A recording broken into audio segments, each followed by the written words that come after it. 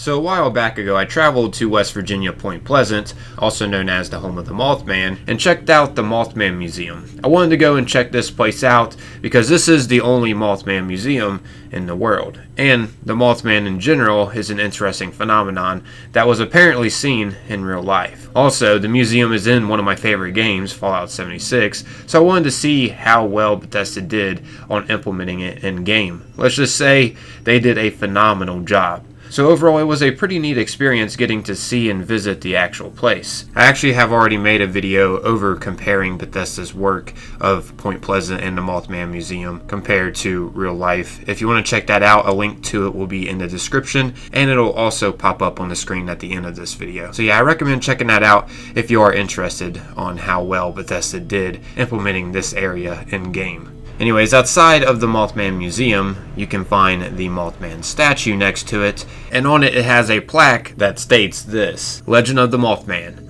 On a chilly fall night in November 1966, two young couples drove into the TNT area north of Point Pleasant, West Virginia, when they realized they were not alone. What they saw that night has evolved into one of the great mysteries of all time, hence the Mothman legacy began. It has grown into a phenomenon known all over the world by millions of curious people asking questions. What really happened? What did these people see? Has it been seen since? It still sparks the world's curiosity, the mystery behind Point Pleasant, West Virginia's Mothman. And at the bottom it reads how Bob Roach from New Haven, West Virginia created the Mothman statue. So yeah, this got me even more interested in the place where the Mothman was first seen at. So I decided to go and ask the employee that's inside the Mothman Museum about the TNT bunkers.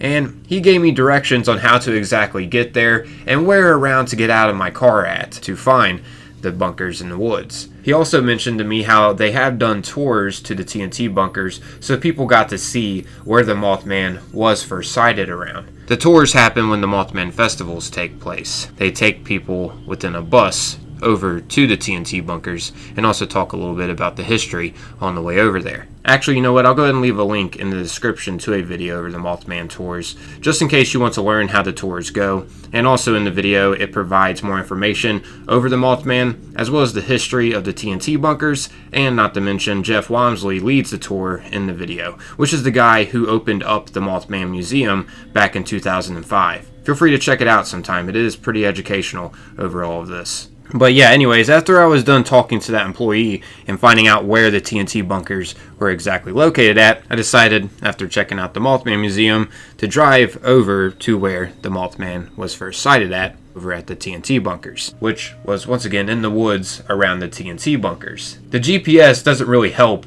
with getting to the bunkers because they are in the woods after all, but they can be found in the woods down Potters Creek Road. Keep in mind, this is fast forward footage that I'm showing y'all majorly. So yeah, I am doing the speed limit on this road. Figured I'd let y'all know that. But yeah, down this road called Potters Creek, right around up here is where I decided to park at. As you can see, there's a guardrail right around at this area where I parked at. And behind the guardrail was a path that I could walk on that leads in the woods. And well, here's how the journey went, checking out the TNT storage igloos. Okay, so I believe we're here. We're in the middle of nowhere. It's right up past this guardrail here, so guess let's go check this out.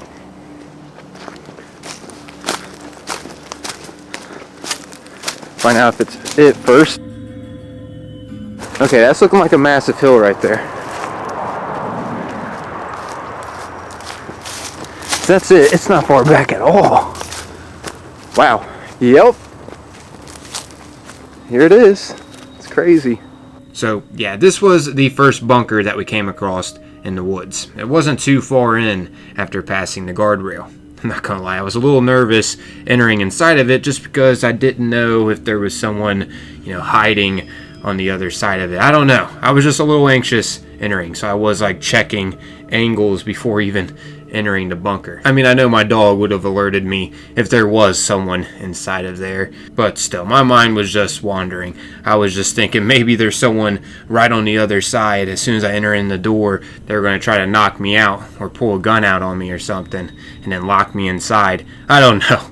I was just thinking all kinds of crazy stuff. But hey, it's better to be safe than sorry, especially how we're out in the woods in the middle of nowhere during hunting season. I gotta say, it would be terrifying getting locked inside of these bunkers. And you gotta think, it's not even dark outside at the moment in this footage. Just imagine how dark it gets when it gets nighttime around here. Actually, it'd be difficult to get any footage here at nighttime just because of how dark it would actually be. But yeah, your echo sounds absolutely insane in here too. Check this out. So we got graffiti right here before entering, and that echo. Echo. Whoa. What's that say? That echo sounds so weird.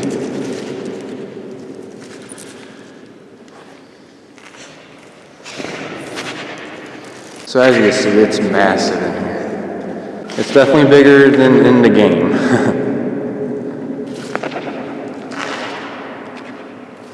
People kind of ruined this place by graffitiing everywhere. What the heck? Is that supposed to be the Flatwoods Monster? So yeah, this is the first one.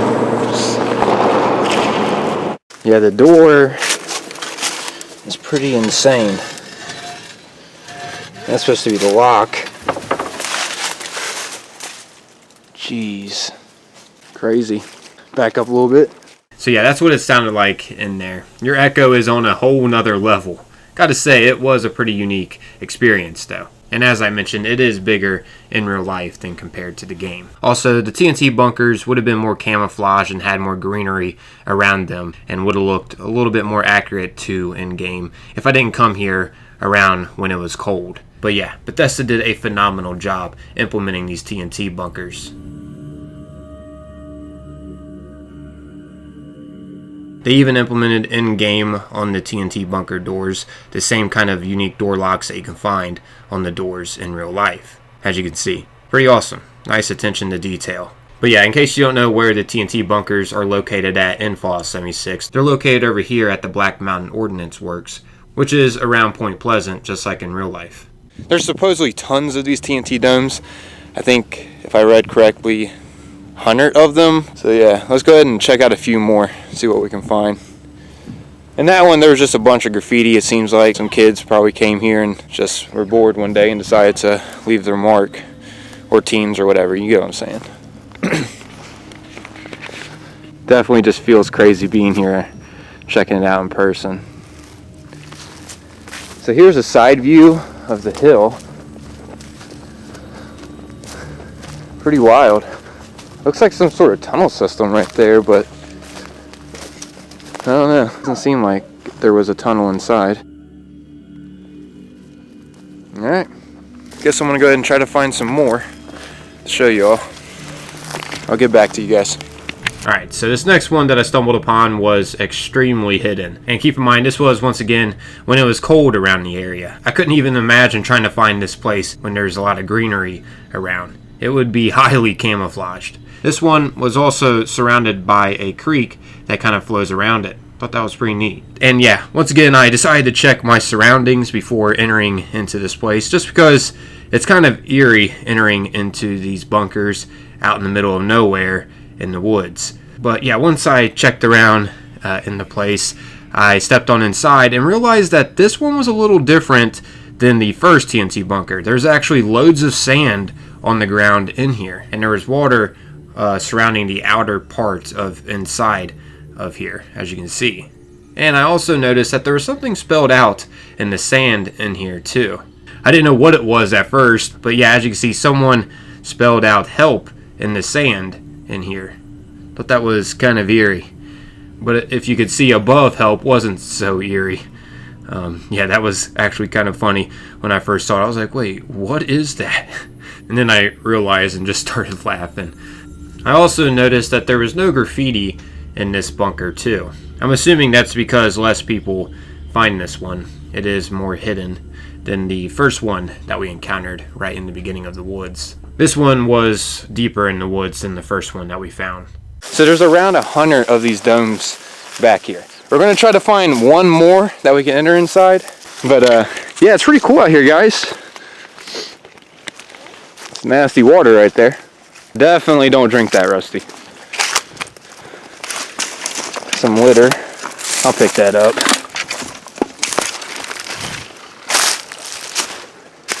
We're gonna try to find one more. I figured this would be something you guys would enjoy, you know, actually getting to see the locations in real life. I gotta say, these TNT domes are definitely eerie. I mean, just look at that. You can't even really tell that's a dome. I mean, you can, but it's like so concealed with all of the brush around it. It's crazy. Random tire on top of the tree here. That's so weird. Someone took the time to put that on there too. Think about that. Man, this is a nice creek though. Alright. It's good that we did find another one. They're kind of tricky to find because they're so concealed. They're very hidden. That's for sure. We got another one over here to check out. Hopefully we don't find a giant in this one. There are some jokesters back here though. That was kind of funny. The help creating the eeriness and then just a on top. We're like, what is that? What is that? And then we get, what the heck's on my camera? That was weird. Then we get a little closer and it's like, oh, we got you. You just looked at a daggone it.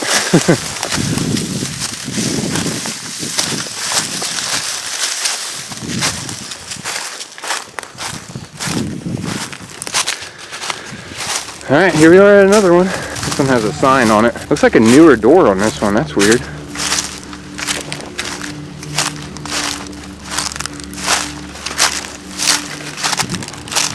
What's it say? We're not entering this one. Warning. This area is a restricted area.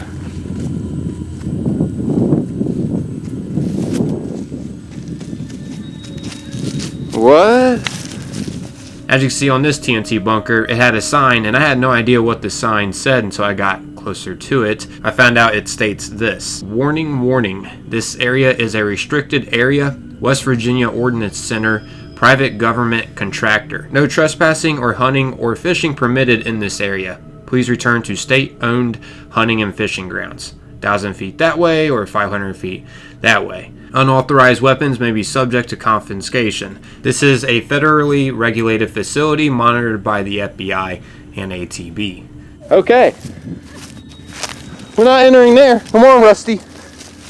Come on. As soon as I saw what this sign said, though, I immediately just got away from it like the sign said to. The igloo is restricted for a reason. I just accidentally came across this one. I thought that was pretty insane. This one was pretty deep in the woods, too, I will mention. But yeah, after I saw that one, I decided to check out one more since I didn't really get to go inside that one since it was a restricted one. But yeah, after I did finally find another one, as you can see, here's what the last one that I found looked like. I did notice that this one also had a lot of graffiti around in it, but this one was also closer to the road, like the first one that I showed y'all. But yeah, after I checked out this one, I decided to just head out. Alright, so that was a fun adventure. We're back here at the car now, and look at all this litter I found. This is what all I accumulated back there, and keep in mind, I didn't have a garbage bag, so I couldn't get that much, but yeah. If I would have known there was so much trash, I would have brought a garbage bag so I could collect a little bit more.